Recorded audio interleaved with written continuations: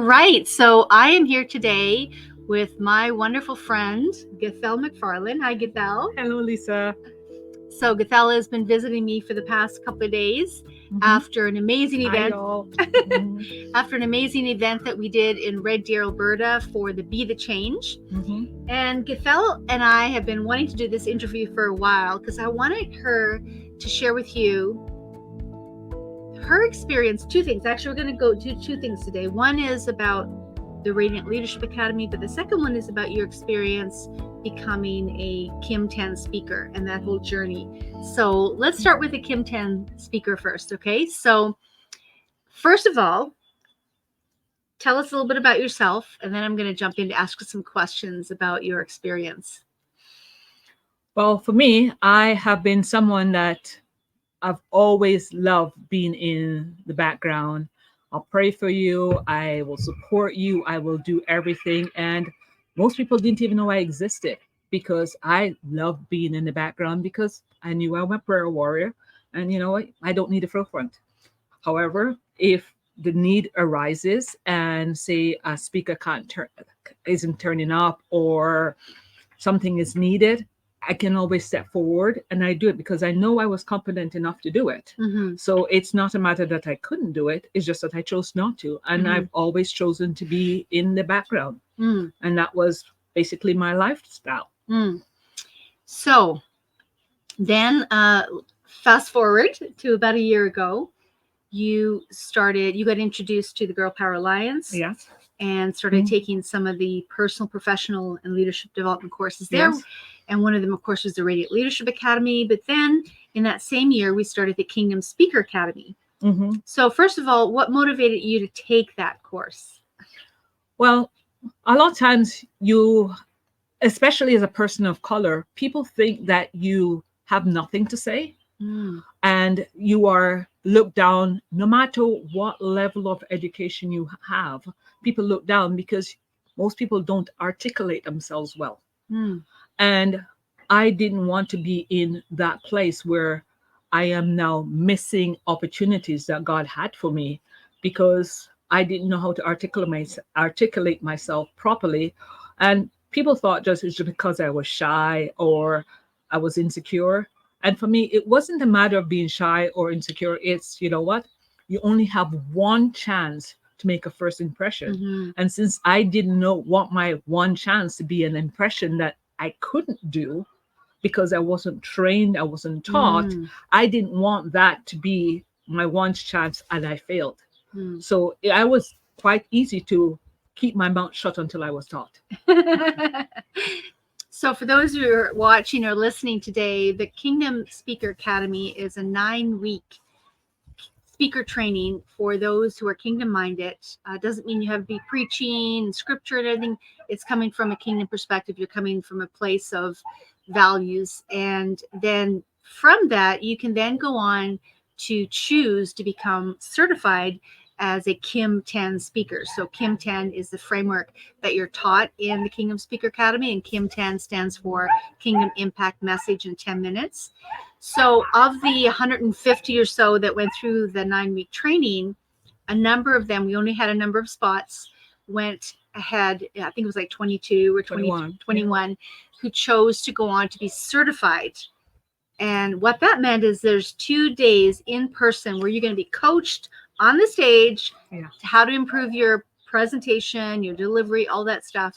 And then the second day, you get to do your Kim 10 and get video recorded, get a professionally done video recording, and it's showtime. So that's done in person. So tell me a little bit about what was, because now you're doing it for the second time. So I want to know the first time you went through it and then the certification, whatever you want to share with me in terms of maybe some of the struggles you had or some of the things you were learning. So let me give you a little bit more of a backdrop. We had the pandemic, and during the pandemic, I did not have the opportunity to speak much with others because in Canada, we were put in groups. And so most friends that I have, they have extended families, so their groups were already filled. So for 4 years, I basically hung out on my own. So the opportunity to articulate myself, to speak to anyone, I didn't have that opportunity. Mhm. And I didn't realize how much was taken from me until I started to do the Kimtan. And the first few weeks, they're giving us a foundation and they're asking us, what is your thoughts? I mean, I had nothing. My thoughts were blank. I mean, you know, my brain had basically shut up and gone home. Mm. And I realized, wow. And so for my struggle for the first Kim 10 is coming up with a thought.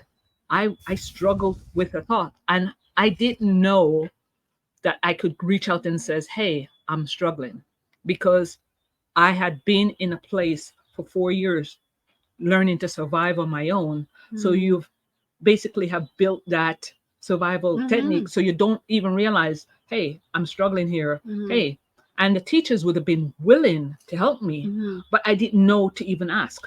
Right. So for Wow. me, it's, I think 3 days before I actually had to be on stage when I finally came up with something to say. So after the 9 weeks, so what she's saying is after the 9 weeks training, and then I think there was maybe a week, and then we had the 2 day in person. So we flew to San Diego. Yeah. So 3 or 4 days before that is when you came up with, okay, this is what I'm going to speak on. Yes, because like when I said nothing, I mean, I had absolutely nothing. Mm. And it's like, I was thinking, going, I have things to say. God has done a lot of things in my life, but what do I share? Mm. I didn't know what to share. I didn't know how to articulate it. I didn't know how to do anything about it. Mm. And I also didn't know how to ask for help. Wow. This is so neat. Well, it's so valuable that you're sharing this because I think a lot of people can relate to that sometimes we go through life and we don't realize maybe some of the maybe habits or some of the ways that we have shut down due to whether it be our environment that we're in or whether it be culture, family, doesn't really matter. We don't realize how much we have had to either put aside, shut down, restrict until we are put in a place where it's being drawn from us. Say, hey, and where people say the opposite. No, we want to hear from you. So it's a little bit of a journey. And I hear you saying that. And I remember my own life, that was the way it was too. So it's a bit of a journey now to begin to not only believe that, okay, they actually want to hear what I have to say. Mm-hmm, mm-hmm. Do you want to say anything about that in terms of how you... So for me, I constantly realized that people were coming around me asking questions. I'm good at answering. You ask me a question, I will answer you. But to actually share with you what my thought was, and it's like, there's nothing I can't say to Lisa. But yet I had no thought. And she didn't even realize to ask me a question because I was answering every question she asked me. Mhm. But she didn't realize that I didn't articulate to her or to anybody else that I was struggling. I'd figured out myself. So I kept on, because our courses are recorded, I kept on going over them and going, it's going to click. Right. It's going to click. It's going to click. But it didn't click. It didn't click, but yet you kept going down the road to certification because you had signed up. See, I'm going to that certification. I'm going to be on that stage. Yeah. And so at any point did you say to yourself, oh man, I can't do this. Let's just shut it down right now. That wasn't even an option because it had cost me a lot. I mean, it was not a time when money was flowing for me. I had paid out hard cash for this. And I'm thinking, going, I've never backed down from a fight. And it's like, yeah, I'm going into this. And I'm like, Lord, I'm going to turn up. And unless you turn up with me, this is all going to be on you because I'm going. So let's I love that. So it's commitment. What you're saying is commitment over inconvenience. Yeah. She had made a commitment financially and time-wise. And so, okay, we show up in San Diego. Day one is when everyone gets to do their test run of their Kim 10, and they get coached by myself and 4 other coaches about ways that you can improve your speaking. And then, of course, everybody had the option of then leaving after they were coached, but nobody wanted to leave. You couldn't have got me out of my seat even if you had dropped a bomb on the building because I didn't know what I didn't know. And I figured if I listened to what was the nuggets Mhm. that were being thrown out there, something I would have grabbed. Mm. And I was like, you know what? Forget about the 9-week course. That was extra. But the 2-day course to sit there among these wonderful people, Mhm. this is what you guys normally do. Mhm. That's worth its money in its own. Mhm. Because it's like, yeah, I am not a journaler. I am now becoming a journaler. But I wrote so much notes Yeah. during that time because I was desperate. Mm. I was like, I was desperate. I didn't know what desperation was Mm. until that moment. Because, yeah, I had a small frame of what I wanted to say, but it wasn't built or anything like that. And I am someone that 10 minutes, I can do most things I do in 2 minutes. Yes. I am not a person of words, but God's changing that. And so 10 minutes was a long time. That's right. For some people, 10 minutes is like, what? I only have 10 minutes. For others, it's like, what? I got to speak for 10 minutes. So you did it. You got your feedback, and then you came back the second day, did your Kim 10, got video recorded.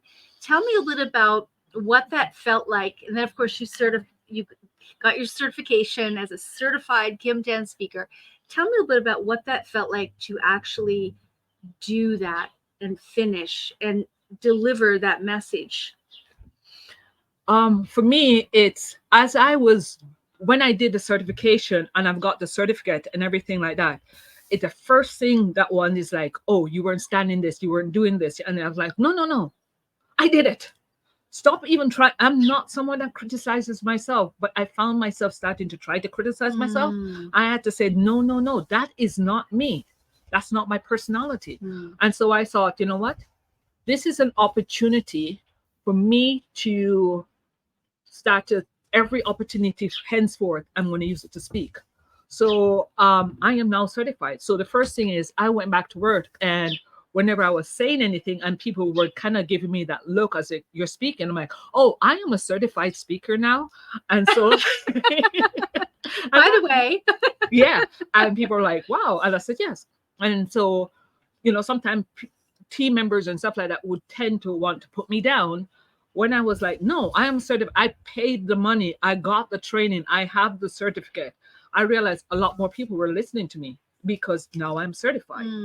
And my managers and my team leads were always making room for me now because they saw that I went through what it took to be certified. And so they were like always making room for me. And so, or if somebody said something, I'm like, no, don't say it that way because this is how it is interpreted. Don't say this way because no, I am a certified speaker, so I actually have something to say now. I love that. And I love what you said there because the framework or the skills that you learn, the confidence and just the delivery skills or communication skills that you learn in that course and the whole experience is really applicable to any part of life, right? Yeah. Relationships, conversations. It is so powerful. And communication is actually the number one skill that crosses every industry, no matter what you do in life, that it is a valuable skill to have. So I'm so proud of you. And you know what? Now videos and everything, she's out there doing stuff that I'm like, whoa, I've never seen her do that in my life. So I'm so proud of you, Gatelf. Thank you. I remember one of the key things that came to me, we were on the train and the train broke down and people were doing something. And I just stood up and I said, no, we're doing this and we're doing that. And people just stopped. And I says, okay, we're going to be doing this and we're going to be doing that. And people are just looking like, who are you? I was like, it doesn't matter. I stated something and this is what we're doing. And people don't challenge me as they used to want to challenge me because I find that I now speak with more authority. And I find that has made a difference. Wow. And so now that I'm coming to doing the second round, I realized, okay, what am I thinking? And now that I have done, the leadership department, 4 times now, I realized, hey, I do have something to say. And I realized my thoughts are coming back so that, I'm coming up with a Kim 10 round 2 for me to be on stage And I actually have 4 things that I don't know which one of the 4 to choose from.